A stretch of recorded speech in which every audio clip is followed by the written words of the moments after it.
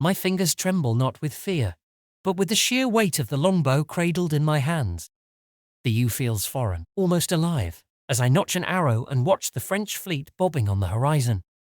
Ships painted in the garish colours of their lords, sails taut with a wind I pray remains in our favour. I'm Gerald, a shepherd's son who traded his crook for this heavy bow, his fields for the churning sea. They tell me King Edward himself sails with us, that this is his grand bid to reclaim his rightful throne across the water. But kings and their wars seem distant amidst the press of men, the stink of sweat and brine, the low rumble of 100 conversations that merge into a white noise of dread and false bravado. Beside me stands a knight, Sir Reginald, if I caught his name right. Steel glints off him, turning him into some sort of otherworldly creature. He regards the French ships with a strategist's gaze. His eyes rest briefly on me, and I see no pity there, only an assessment of whether I'll hold my nerve when the first wave of arrows rains down. The tide turns soon, Sir Reginald declares, his voice cutting through the din. That will be our signal, boy. To arms and to glory. A knot of uncertainty tightens in my gut, but a strange fascination tugs at me too. This is not some village brawl, no skirmish over a stolen sheep. It is war on a scale beyond my imagination. And I, Gerald, an insignificant speck on this vast, rolling sea, am about to be a part of it. Sir Reginald's words set off a flurry of activity. Squires dart between hardened veterans, distributing sheaves of arrows with lethal-looking bodkin points. Men mutter prayers under their breath, a few of the greener lads turning pale and retching over the railing. From the corner of my eye, I see a priest moving from man to man, whispering blessings and reassurance. Find your mark, archer, Sir Reginald barks at me, and my attention snaps back to the task at hand. The French ships loom larger now. The archers on their decks are silhouettes against the sky, but I know bows similar to mine are in their hands, ready to unleash their own metal storm. We'll take the first volley, Sir Reginald instructs. Then we board. Let's wash their decks red, lads, and show these frogs the might of England. A rough cheer goes up from the men, cutting through the tension. My chest tightens as I raise my bow, muscles straining in anticipation. The air buzzes with a strange energy, not of the wind, but of 1,000 souls braced for impact, for death, for whatever the gods of war deign to deal us this day. The tide's shift is subtle, but those familiar with the sea's whims sense it. A collective hush descends as bows are raised on both sides, 1,000 tiny moments of frozen potential stretched across the water. Then it erupts. The first French volley is a dark cloud streaking across the sky. I see them coming not as individual arrows, but as a single, terrible entity. A great sigh passes through the English ranks, a mix of prayers and curses. I hear a sickening thud, then a scream as a nearby archer crumples to the deck, an arrow through his shoulder. His blood spatters my boots, hot and alien. There's no time for grief or shock. Loose, Sir Reginald's voice booms, shattering the moment. Instinct, honed through weeks of relentless practice, takes over. I draw, I aim, I release. It's a blur of motion. My arrow joins hundreds from our ship, then thousands as the entire fleet unleashes its own thunderous reply. For a heartbeat, the world is a maelstrom of wood and iron. Screams mingle with the sharp twang of bowstrings and the hollow thumps of arrows finding purchase. Then, silence, save for the groan of ships and the cries of the wounded. We've weathered the first volley, but the battle is far from over. The French ships begin to manoeuvre, their great sails billowing as they angle for the kill. Brace yourselves, Sir Reginald yells. Prepare to board. Chaos descends. As the French ship lurches towards ours, the clashing of wood against wood reverberates through my very bones. Fear, momentarily pushed aside by the flurry of arrows, claws its way back into my gut. But an unexpected defiance flickers within me. I'm no knight, no seasoned warrior. I'm a farmer's lad forced onto a ship, thrust into the madness of kings, and perhaps that is a strength too. A desperation that the knights, in their fine armour and noble blood, might lack. Sir Reginald's orders whip through the men. Boarding hooks fly, catching on the French vessel's railing. Amidst the screams, I obey, pulling ropes, helping the burlier men secure an unsteady bridge between the two ships. But something burns in my chest, not just the urge to survive, but to show these French lords a common archer's worth. Before sense or training can catch up, I'm clambering up the rope ladder, longbow slung across my back, hand finding a short, wicked-looking blade at my hip. The deck of the French ship is a kaleidoscope of brutality, men locked in combat, steel singing against steel. A French sailor, eyes wild with terror, stumbles towards me, his own sword raised. Time seems to slow. I see the opening, his desperation mirroring my own. My blade flashes, an instinctive slash more than a learned technique. Crimson blooms across his tunic, and he collapses with a gurgle I'll hear in my nightmares for years to come. The moment shatters. More Frenchmen rush toward me, screaming curses I can't understand. Yet, I've crossed a threshold. For better or worse, I'm no longer just Gerald the archer. I'm a warrior baptized by blood. Adrenaline surges through me, a heady mix of terror and grim triumph. Yet, amidst the madness, a strange clarity descends. I realize charging blindly into a mob of desperate Frenchmen is the best way to get myself skewered on a pike. My eyes flick across the deck, searching for something, anything, that might tilt the tide in our favor. A flicker of movement through the smoke and chaos draws my gaze. Further down the deck, a knot of French sailors seem to be guarding something. Or someone. They form a protective circle, their weapons aimed outward, as if their charge was more precious than victory itself. Instinct sparks. If it's that important to them, perhaps turning it against them could break their resolve, disrupt the flow of the battle. The thought is wild, a gamble born from my inexperience as much as it is from a desperate need to prove myself useful. Keeping low, I begin to weave my way through the melee. Each step is a dance with death, every clash of steel a near miss. Blinded by sweat and blood, I move less by sight than by a strange instinct honed on the peaceful pastures I left behind. I close in on the ring of French sailors. A few of them look young like me, their faces smudged with soot and fear. This intimate view of the enemy, their humanity, throws my resolve into question for a fleeting second. But then I glimpse their precious cargo. A young woman. Her clothes mark her as nobility, and even in the chaos, she retains an air of defiance. Her eyes flash towards me, wide with terror, or perhaps with a glimmer of reckless hope. In that instant, a decision seizes me. My mind races. Cutting down the guards and freeing the woman would be a bold move, a gamble designed to shatter the Frenchman's morale at its center. But my blade, while bloodied, is a shepherd's tool, not the weapon of a seasoned knight. Brute force might just get myself and the woman killed faster. There must be another way, one that leverages my strengths and the unexpectedness of the situation. The woman, her defiance. She's their focus, but she could also be their weakness. Suddenly, an idea takes shape. With a surge of reckless daring, I break cover. I charge at the French sailors not with my blade, but with my voice. The English hold your princess, I bellow, switching between my broken French and their own tongue. I point dramatically towards the woman. She's ours now. Surrender or watch the daughter of France fall. The bluff is audacious, even ridiculous. I don't even know if she's a princess. But the desperate gamble might just pay off. The Frenchmen hesitate, their focus split between protecting their charge and holding off the English wave. Confusion twists on their faces. My own comrades, surprised by the shift, stare at me for a moment, but Sir Reginald's voice cuts through the chaos. The shepherd's right, he roars, seizing the opportunity. We've got their princess. Press the attack, lads. Whether they believe it or not, the shift in momentum is enough. Bolstered by the possibility that we might have captured such a valuable prize, the English surge forward with renewed vigor. The French line begins to buckle. My heart thuds so loudly, I'm sure the enemy can hear it. The weight of the lie hangs heavy in the air. The French sailors look torn.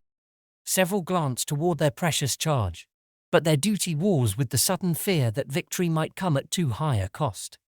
For an agonizing moment, the battle teeters on the edge of a knife, fortune and folly balanced precariously. Then a shout splits the chaos. Don't listen to their lies. A grizzled French officer, a captain, perhaps, bellows over the din. That's no princess. She's a decoy. Fight for France. Several of the Frenchmen seem to rally at his words, finding new courage. They close in around the woman, protecting her even as they desperately try to hold back the English. My brief victory teeters on the brink of collapse. Yet, the seed of doubt has been sown. The fighting grows fiercer still, fueled now by a blend of desperation on both sides. The French, spurred on by the captain, fight to protect this woman, whether she's truly royalty or not. And my English comrades, sensing the shift in the enemy ranks, press harder, a glimpse of possible triumph fueling their strikes. I find myself caught in the flow of battle, swept toward the woman and her guards. Sir Reginald is nearby, his gleaming sword a beacon amidst the chaos. Yet something tugs at me. I could join the fray, my bow and blade adding to the struggle. But a whisper of doubt echoes within me. This woman, princess or not, holds a strange power over this fight. If the French are ready to fight to the last man to keep her safe, there's more to this story than meets the eye. A strange sense of clarity washes over me amidst the din of combat. This battle, this war, isn't just about kings and conquest. There's a secret here, a thread of intrigue woven beneath the surface brutality.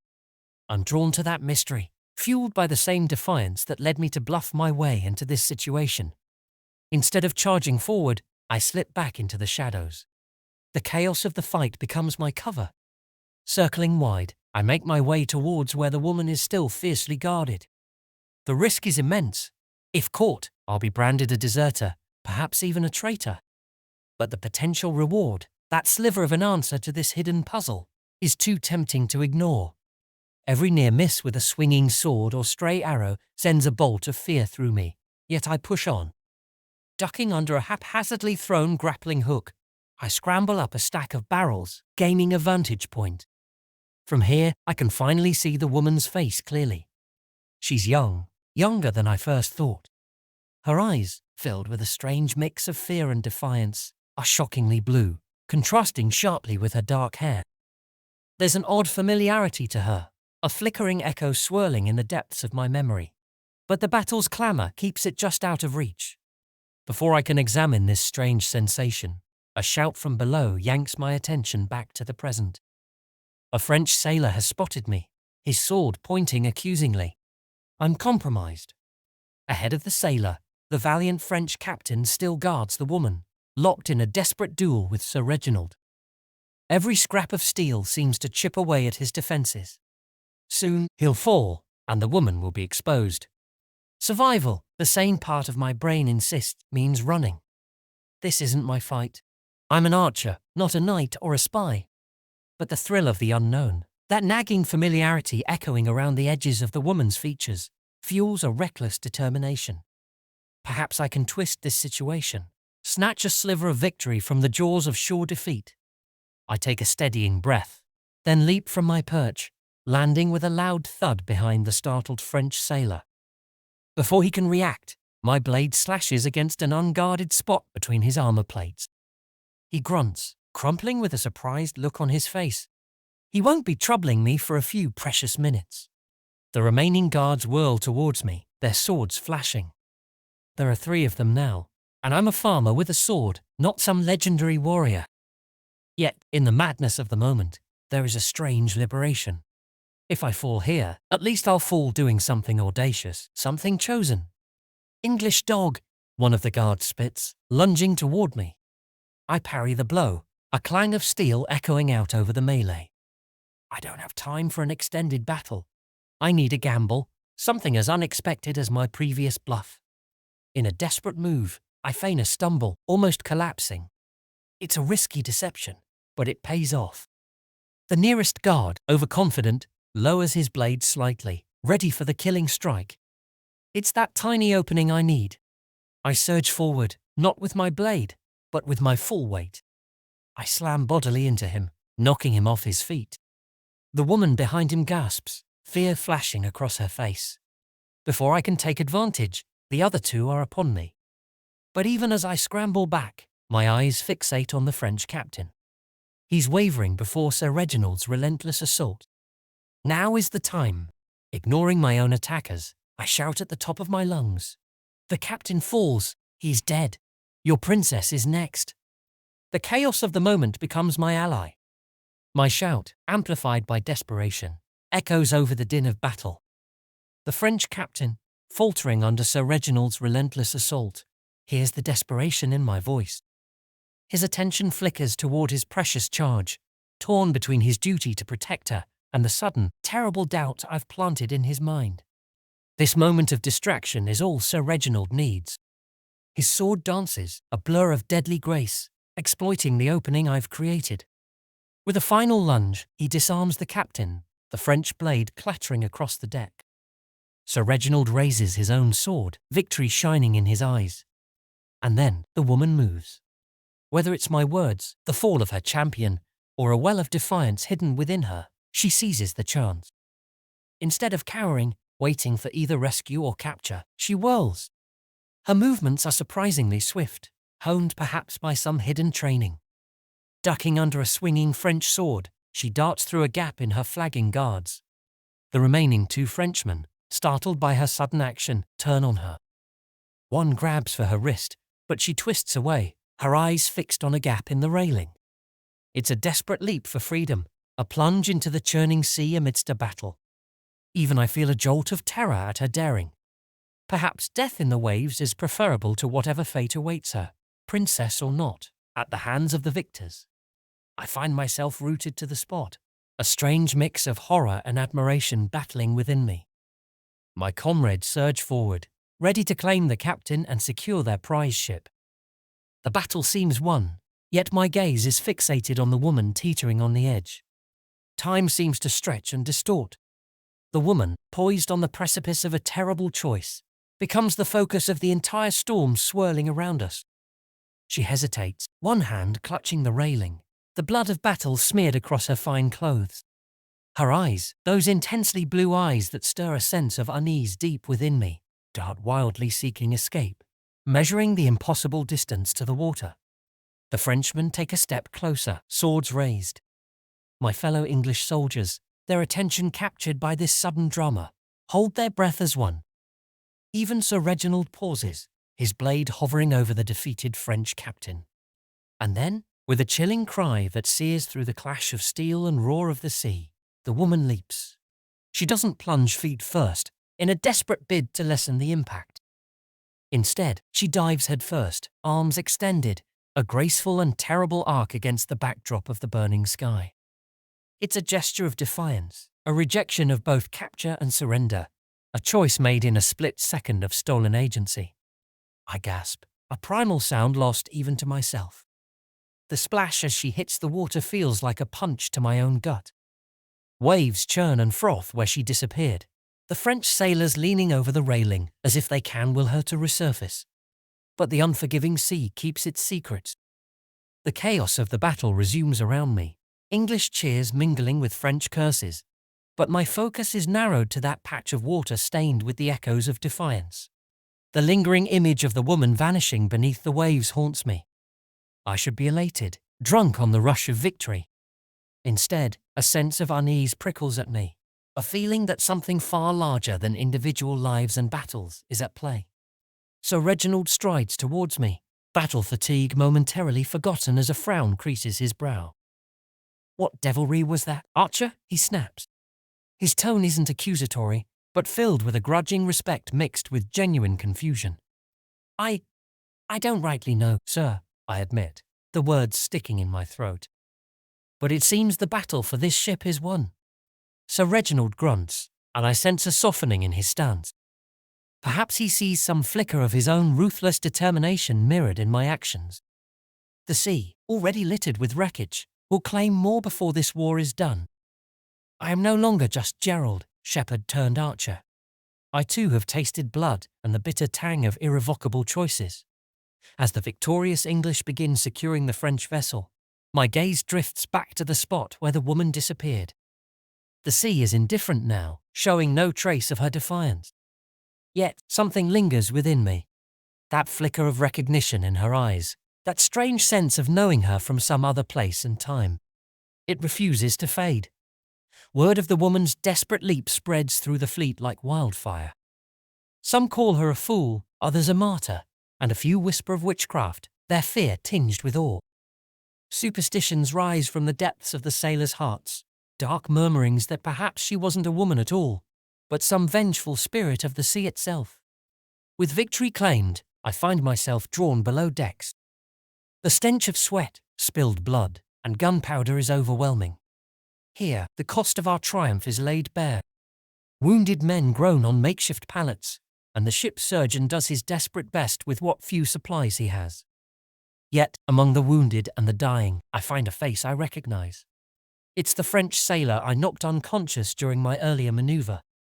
Now, he's awake, staring at the ceiling with haunted eyes. A wave of guilt washes over me, followed by a desperate curiosity. Guilt and an insatiable thirst for answers gnawed at me. My actions, born of instinct and desperation, may have had consequences far deeper than any arrow I could have loosed. Looking at the wounded Frenchman, I realize I can no longer be a passive piece moved about on the grand chessboard of war. To truly understand what happened today, to unravel the knot of familiarity tightening around my heart, I need to take the initiative. The sailor lies amidst makeshift pallets, a crude bandage strapped to his head where my blade grazed him. He looks both broken and utterly bewildered, a far cry from the ferocious warrior I clashed with on the blood-slicked deck. Swallowing my fear and trying to appear casual, I sit down on a nearby crate. The stench of blood, seawater, and unwashed bodies is overwhelming, but I try to focus on the man, reading the fear and confusion in his eyes. May I get you some water? I manage, surprised my voice still works. It's a small gesture, an offering of peace despite the conflict that rages all around us. The Frenchman stares at me for a long moment, then gives a curt nod. His voice, when it comes, is barely above a whisper, cracked and tinged with defeat. "Oui, if you could." As I fetch a battered tin cup and fill it from a half-empty water barrel, I find my mind racing. I have questions, so many questions, but asking them bluntly feels dangerous. He's my prisoner, yet the situation could easily reverse. And what if he knows nothing about the woman, except that she was fiercely protected? I need to tread carefully. Returning to his side, I hold out the cup, trying to maintain a semblance of neutrality. He takes it with a shaking hand, eyes widening slightly as he drinks. My heart thuds so loudly, I'm afraid he can hear it. Direct questions feel like prying open a wound that hasn't begun to heal. Yet, the mystery burns within me, a hunger that goes beyond simple battle curiosity. I need a shred of understanding, something to explain the haunting familiarity that clings to me like sea spray. With a measured breath, I choose to dive in, trusting instinct over caution. "The woman," I start, my voice surprisingly steady. "Who was she?" The Frenchman's eyes flash, a spark of defiance momentarily replacing his hollow defeat. "Our Lady," he says, his voice hoarse, with a tinge of reverence I can't fully decipher. A symbol of hope. It's not the answer I expected. I sense he's holding back, shielding some precious truth. Yet, there's an honesty in his eyes that invites further conversation. "A noblewoman, then? A princess?" I prod gently, trying to unravel the meaning behind the title he bestows upon her. He hesitates, then shakes his head ever so slightly. Not in the way you mean," he says, then seems to reconsider. "Perhaps you could say she was a princess of a different kind." His cryptic words only deepen the mystery. Not a princess by blood, but by something else. What could that mean? The battle swirls around us, yet here, in this dimly lit corner of the captured ship, we've stumbled into a hidden world of intrigue. "What is her name?" I press, unable to contain my curiosity. "And why was her life worth more than those of good soldiers today?" The Frenchman holds my gaze. His fear has evolved into something else, a flicker of calculation. Does he sense an opportunity in me, or merely a pawn in a game I don't understand? I sense the delicate balance of the situation. If I push too hard, the Frenchman will clam up, his defiance rekindled. The flicker of calculation in his eyes suggests there might be a bargain to be struck, but I'll need to play this carefully. I lean back against the crate, offering a small, wry smile. Well, that certainly explains why you fought so fiercely for her. A soldier's duty, right? I say, trying to project a sense of weary understanding. My words seem to surprise him. He stares at me, perhaps expecting either righteous anger or the arrogance of victory. Instead, I'm offering a sliver of empathy, an acknowledgement that the war paints us all in shades of desperation. After a moment, some of the tension leaves his shoulders. You fought well for a shepherd, he admits grudgingly, and there's almost a hint of respect in his voice. I was never much of a shepherd, I confess quietly. But survival breeds its own skill set, eh? Letting a small silence hang between us, I study the way he shifts on the pallet, the way his gaze flickers towards the deck hatch where sunlight streams through the battle scars. He's not just a pawn taken in battle anymore. He is a man longing for some semblance of control. Let's strike a deal then, brother in misfortune, I offer. Tell me her name, just her name, and I'll ease your pain as best I can. Slip you better food than the swill they call rations.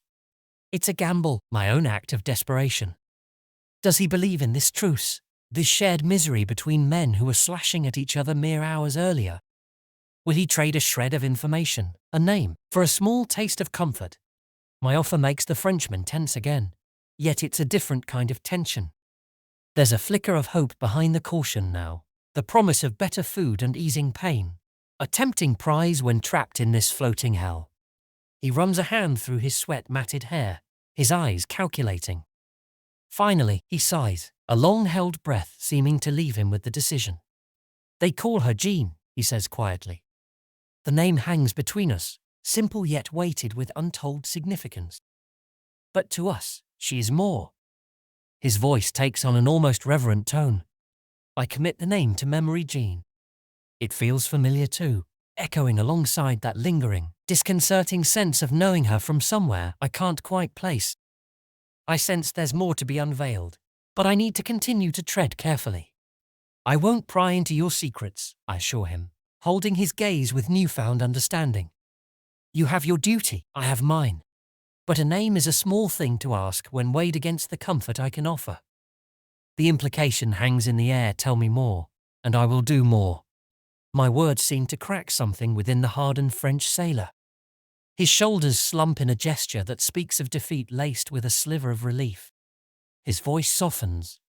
She is a shepherd's daughter, they say, he continues reluctantly, as if sharing this bit of information pains him. Yet, she sees things, visions, truth others cannot. A flicker of fear dances in his eyes. They say she has been touched by God, or perhaps by something else. The words strike me like a physical blow. A shepherd's daughter. My heart seizes within my chest, a cold wave washing over me. Visions? Could it be? But before I can fully grasp the revelation, he looks away, his jaw clenching in a gesture of defiance. Enough, he says, the finality in his voice unmistakable. I have said my piece. Now honor your part of the bargain. The revelation that Jean is a shepherd's daughter sends my mind reeling.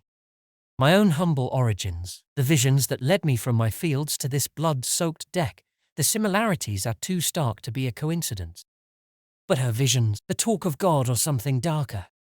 My understanding of the world feels like it's crumbling beneath my feet. The Frenchman's demand for an end to the interrogation puts me ruthlessly back into the present. He's vulnerable, wounded, and at my mercy, but he's no fool. Our fragile truce could snap at any moment, and that precious name, that echo of my own past, might vanish with it. Fair enough, I agree, keeping my voice steady through a storm raging within me. A bargain is a bargain. With practiced ease honed on the battlefront, I move to rummage through my pack. I pull out a piece of hard bread, far better than the usual rations doled out to common soldiers, and a small flask of wine, a prize won in an earlier skirmish and hoarded for just such an occasion. Here, I offer, placing the items within his reach. Rest and heal. Perhaps another day we might share a drink under more agreeable circumstances. I leave him to his meager feast. My own appetite vanished as the full weight of the situation presses down upon me. My head spins with questions. Is this gene of his visions somehow linked to my own strange path? Is there a grander plan amidst this carnage, something neither kings nor knights understand? As I retreat above deck, the air feels different. The sea spray carries not just the tang of salt, but the whisper of hidden possibilities. The Battle of Slurys has become more than a mere victory written in blood. It has unlocked the first, tantalizing clue in a mystery whose implications chill and thrill me in equal measure. I seek out Sir Reginald, not to report my interrogation, but to question him about ship movements. "Any word on where we're bound next, sir?" I ask casually. The world around me tilts on its axis. I need answers, but I also need to buy time to process this world-shifting revelation. For now, I must become a chameleon, masking my inner turmoil while I decide my next step. Following the English fleet will undoubtedly provide more combat and bloodshed, but it might also offer glimpses into this gene and the forces that surround her. I find Sir Reginald overseeing repairs to the ravaged rigging. His eyes hold a weariness born not just from battle, but from years in this never-ending war. Yet, beneath it all burns a core of relentless purpose, the ambition of a man who sees the grand game unfolding. Slurys was merely a taste, Archer, he declares, mistaking my focused silence for eagerness. King Edward has grand plans for the summer campaign. We'll march on the heart of France itself. His weathered hand draws a line in the air as if carving a path straight to Paris. Seizing the opportunity, I steer the conversation towards practical matters. But can we hold course, sir? Our wounded need care, supplies are low. Feigned worry lines my brow, a performance designed to gauge his priorities. There'll be time to resupply, he dismisses my concerns. Smaller ports, raids along the coast. We'll provision ourselves from the French king's own larders, he chuckles, the image of plunder clearly pleasing him. The picture he paints is grim, but also potentially fruitful for my clandestine purpose. If I stay with the fleet, I'll likely experience the full brutality of coastal raids. However, moving amongst the chaos could offer a chance to slip away unnoticed, to begin my search for Jean on French soil. It's a desperate gamble, but how can I unravel this mystery from the confines of the English army? You seem troubled, Archer, Sir Reginald observes suddenly, his earlier jovial mood shifting into suspicion. The victory at Slurys sits ill with you. Sir Reginald's unexpected observation sends a shiver down my spine. I must tread carefully, balancing a believable performance with subtle hints that buy me time and freedom. A show of false bravado might fool him for the moment, but the seasoned knight isn't easily tricked. Troubled is perhaps too strong a word, sir, I reply, carefully measuring my words. But I let the word hang in the air, a deliberate pause filled with a pretense of introspection. Slurys, it was a maelstrom. So many dead French and English both for what? I let a sliver of genuine doubt creep into my voice. My gaze drifts towards the French prize ship, now being meticulously scavenged by our crew. In the harsh daylight, the detritus of battle takes on a mournful tone.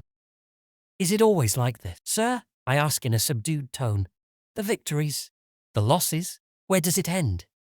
I'm not merely feigning concern, for the question is a genuine one. The bloodlust of battle had carried me through, but the aftermath brings a chilling emptiness. I play my part as a green soldier questioning the horrors he's witnessed, but my true reason for staying with the fleet Jean remains veiled. Sir Reginald sizes me up, his eyes narrowing in calculation. You have the makings of a soldier, boy, he grunts, but don't let a soft heart dull your blade. His words are a warning veiled as encouragement. Every man fallen, every village burned, he continues ruthlessly, brings us closer to putting Edward on the throne he's owed. That's all that matters. He turns on his heel, dismissing me without further thought. I'm left standing alone, the weight of his words mingling with the scent of the sea and the echoes of dying men. After Sir Reginald's harsh words, Gerald retreats to the deck, his thoughts in turmoil. He can't ignore the unease gnawing at him. This war, waged for kings and distant thrones, doesn't fulfill the strange yearning stirred by Jean. Yet, simply deserting feels like a betrayal of the men he's fought alongside, men with whom he's shared blood and hardship. As his gaze sweeps over the fleet, an alternative begins to take shape. The English aren't the only force moving through France. Mercenaries, scouts, even small bands of warrior priests roam the war-torn countryside, motivated by profit, piety, or their own complex agendas. Could Gerald find a way to blend among them, gain their temporary trust as he continues his search for Jean? He seeks out Sir Reginald again, this time with calculated boldness. "Sir, I've a boon to ask," he begins, his voice steady despite his racing heart. "With your permission, I'd like to join the scouts ranging ahead. My eyes are sharp, and I know the ways of the field and forest better than most men here.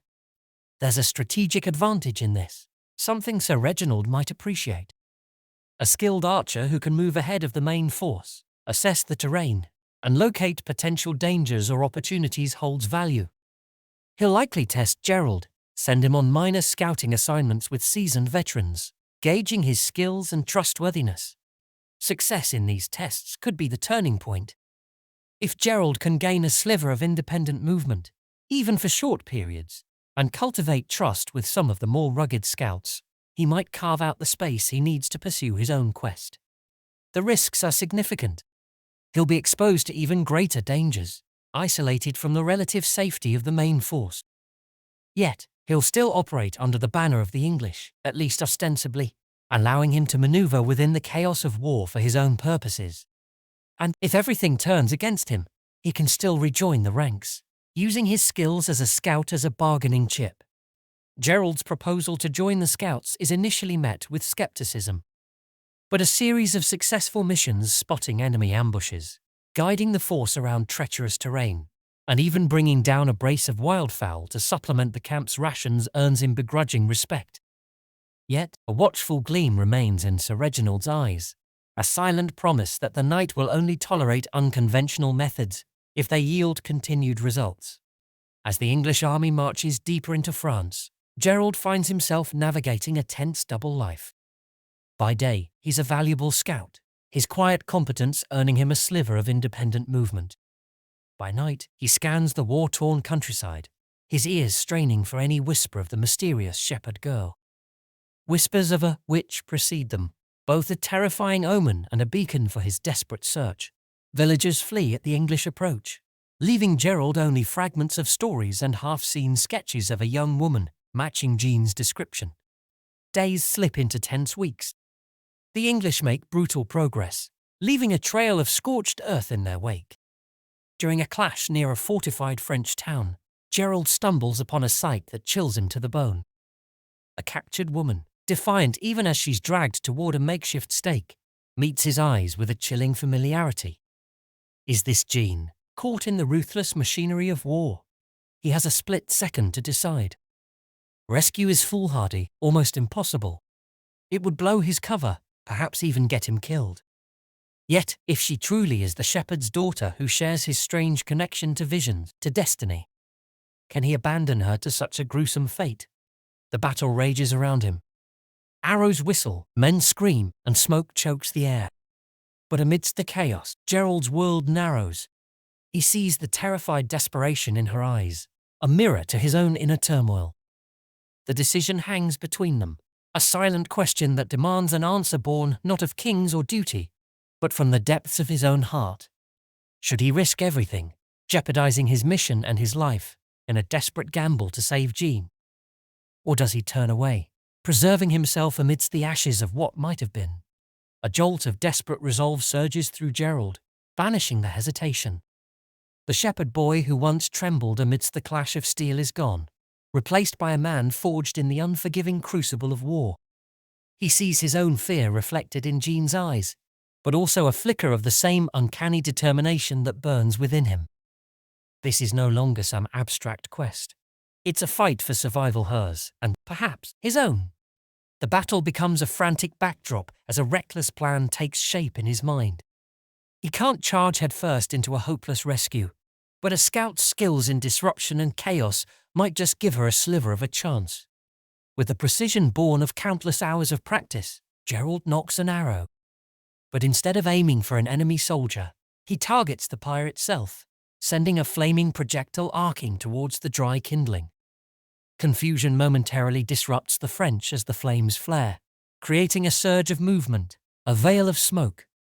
Seizing the opportunity, Gerald drops his bow and sprints towards Jean, not with sword in hand, but with a woodsman's axe strapped to his belt.